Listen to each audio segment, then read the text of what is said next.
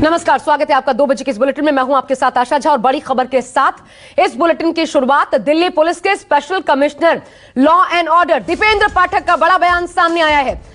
उन्होंने कहा हर एंगल से मामले की जांच हो रही है। ये देखिए दिल्ली हिंसा पर पुलिस का बयान, हर एंगल से मामले की जांच हो रही है। सीसीटीवी के आधार पर जांच हम कर रहे हैं। हमने तुरंत स्थिति को संभाला। मुख्य आरोपी समेत कुल 14 को गिरफ्तार किया जा चुका है अब तक और आसपास के लोगों से बातचीत की जा रही है। पुलिस ने लोगों से शांति बनाए रखने की अपील भी की है।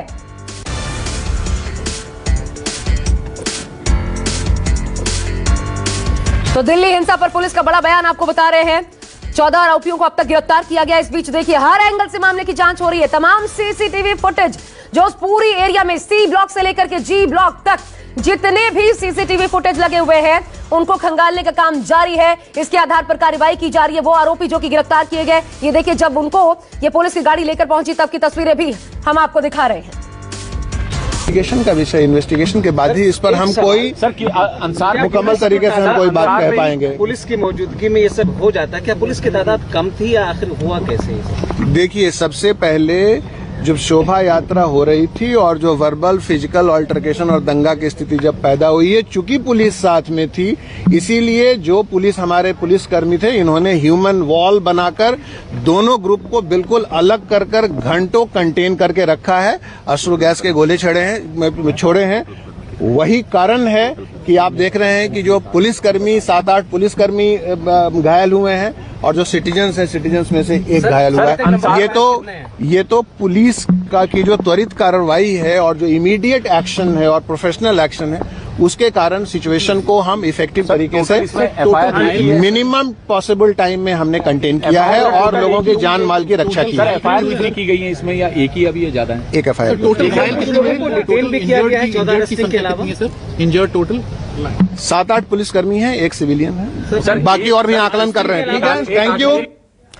तो पुलिस अपनी पीठ थपथपा रही है। आपने सुना दिल्ली पुलिस का बयान, दीपेंद्र पाठक स्पेशल सीपी दिल्ली पुलिस, उनका बयान आपने सुना कि हमने तो इसे कंटेन करके रखा, 1 घंटे तक रोक के रखा, ह्यूमन सेल बना लिया पुलिस वालों ने ताकि ये मामला आगे ना बढ़े और ज्यादा हिंसा होती अगर स्थिति को संभालते नहीं।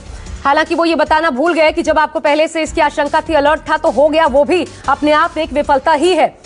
हम सीधा रुख करते हैं। मेरे तमाम सहयोगी लगातार फील्ड से एक रिपोर्ट आप तक पहुंचा रहे हैं। इस वक्त आप दीपक दुबे को देख सकते हैं, हमारे साथ मौजूद हैं। दीपक, अभी जो पुलिस के स्पेशल सीपी दिल्ली पुलिस के दीपेंद्र पाठक कह रहे थे वो और जमीन पर जो नजर आ रहा है, क्या ये घटना पहले ही रोकी जा सकती थी? क्योंकि कई सवाल है जो पुलिस के खिलाफ उठेंगे कि शोभा यात्रा में हथियारों को कैसे अलाउ किया गया, शोभा यात्रा में ऐसी बयानबाजी, ऐसी नारेबाजी कैसी हुई जो किसी एक ग्रुप को अचानक से उग्र कर दे या फिर उनके खिलाफ हो, वो उस पर भड़क उठे।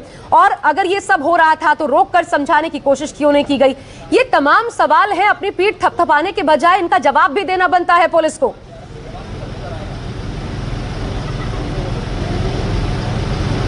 जी, आपने सही कहा। जिस तरह से पुलिस अब ये बात कह रही है कि हमने सही समय रहते हुए घटना को आगे नहीं बढ़ने दिया, हिंसा आगे नहीं बढ़ी, लेकिन सवाल ये है कि जिस तरह से हिंसा हुई है उसका जो रिएक्शन है वो आने वाले समय में ना हो, ये डर यहाँ के स्थानिकों में अभी भी बना हुआ है। दोनों पक्षों की तरफ से हमारी जो बात हुई है उनका कहना है कि जब तक ये पुलिस और जब तक ये मीडिया है तब तक तो हालात सामान्य रह सकते हैं, लेकिन जो दोनों गुटों के बीच में या दोनों समुदायों के बीच में जो एक खाई पैदा हो गई है इस शोभा यात्रा के दौरान, मस्जिद में नमाज के दौरान, आखिर उस खाई को कैसे पाटा जाएगा?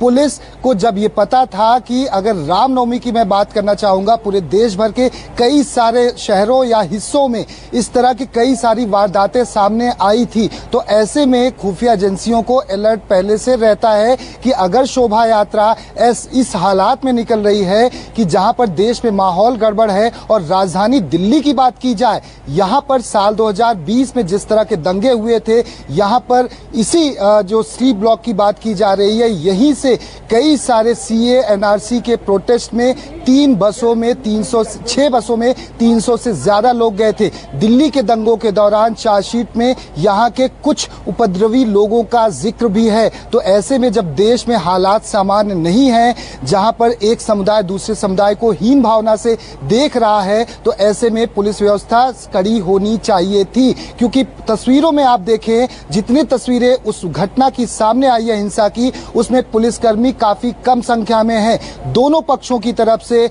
हथियार साफ तौर पर नजर आ रहे हैं। पुलिस एक तरह से कहें कि अपने आप को बचाने की कोशिश में शुरुआती हिंसा में लगी हुई थी, क्योंकि पुलिस बल काफी कम संख्या में तैनात था और यही वजह रही कि हिंसा भड़कती गई। लोगों के बीच में आपसी जो दोनों गुट थे वो आपस में एक बिल्कुल, ये कोई रक्षा कवच नहीं हो सकता पुलिस का, ये आर्गुमेंट नहीं हो सकता। बिल्कुल सही कहा आपने दीपक कि हमारे लोग घायल हुए। ये अपने आप में आश्चर्यजनक है, क्यों आपके लोग घायल हुए। इसका बड़ी बात यह कि जवाबदेही पुलिस की तरफ से वो भी तय होनी चाहिए कि आपको इंफॉर्मेशंस, आप संवेदनशील एरिया में इस प्रकार से इजाजत दे देते हैं, फिर किस आधार पर इजाजत दे देते हैं, पैनी निगरानी क्यों नहीं थी, आखिर कैसे, अगर ऊपर बिल्डिंग से पत्थर फेंके गए तो ये पहले से तैयार होंगे, वो पत्थर रखे गए होंगे, उस पर क्यों नहीं नजर पड़ी, वो तमाम चीजें, वो तैयारियां कहां थी।